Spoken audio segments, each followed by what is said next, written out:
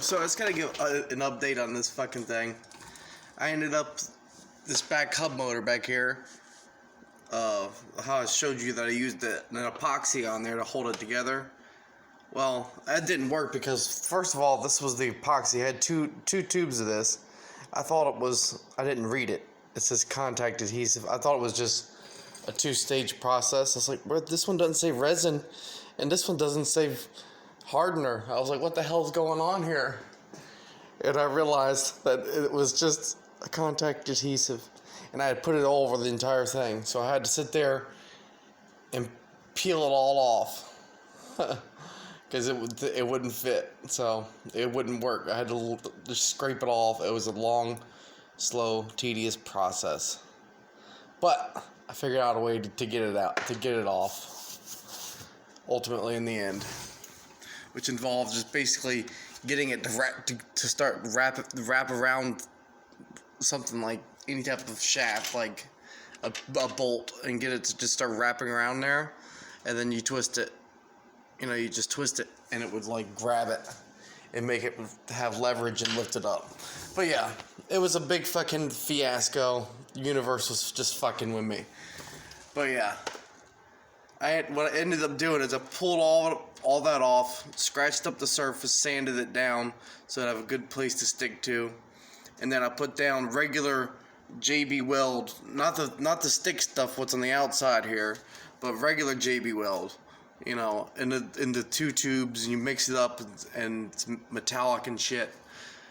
It's magnetic, so it should work good with the motor, whatever. Maybe gives it even more power or some shit. I don't know. But yeah,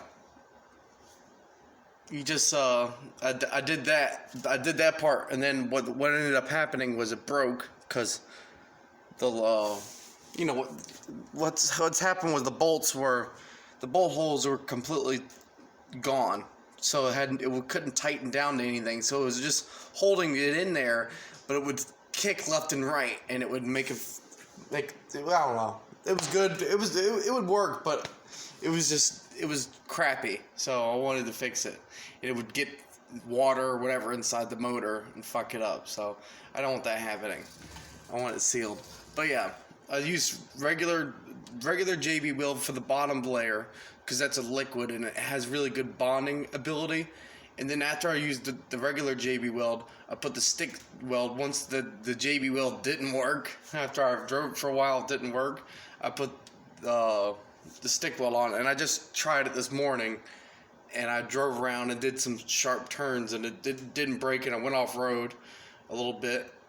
Now one thing I didn't try yet is going in a turn while off road at speed, so that's something that's yet to be tested. But yeah, I think it's gonna hold up just fine because the bolt it would still hold regularly, but the tire would just move this way, just like this, boom, this way, so it would rock back and forth because it was loose in there completely. So it was, you know, anything, and like I said, anything could get in there too. But because I think the way that it's gonna work for me is because I did the liquid stuff on the bottom first. And I scratched up the surface because I had to peel all that contact adhesive off, so I had to scratch it all up, and I sanded it down. So I sanded it down, got it real clean. Then I put down the regular JB Weld that's a liquid form, and then I put the stick weld on top of that, a whole stick of it, and packed it in to there so it have the extra strength in this zone because this is where it cracked at. But because I had that crack when I put the stick weld on into the crack, it had an extra spot to dig in and hold itself in. So I think it's gonna work even better than before.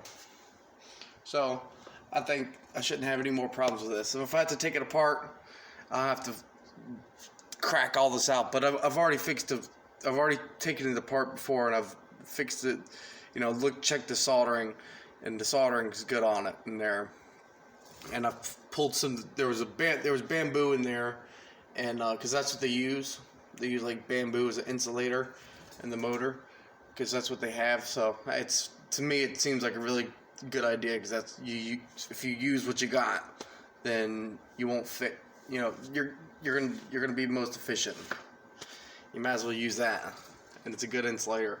But yeah, they had that in there, and it was touching wired. It looked like it was grounding it out, and I was like, what the fuck? So I cut this little piece of bamboo. It wasn't doing shit except potentially grounding out the board that's in there.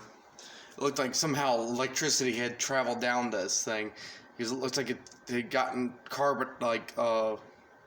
carbonized and turned to carbon, and once it became carbon, it became conductive.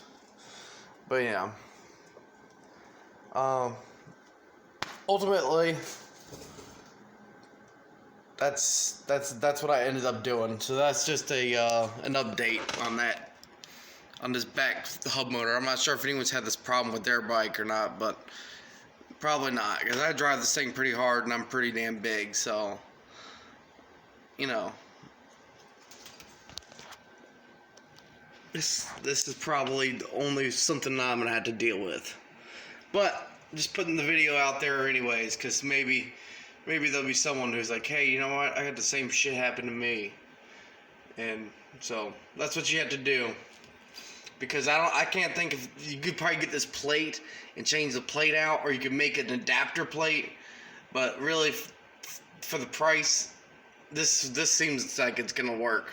Okay, I just drove it, and I'll do an update later if it doesn't work. Okay, so if this video's been up for a while and there's not another video coming up saying that it doesn't work, then it worked. Okay, alright, that's it, folks.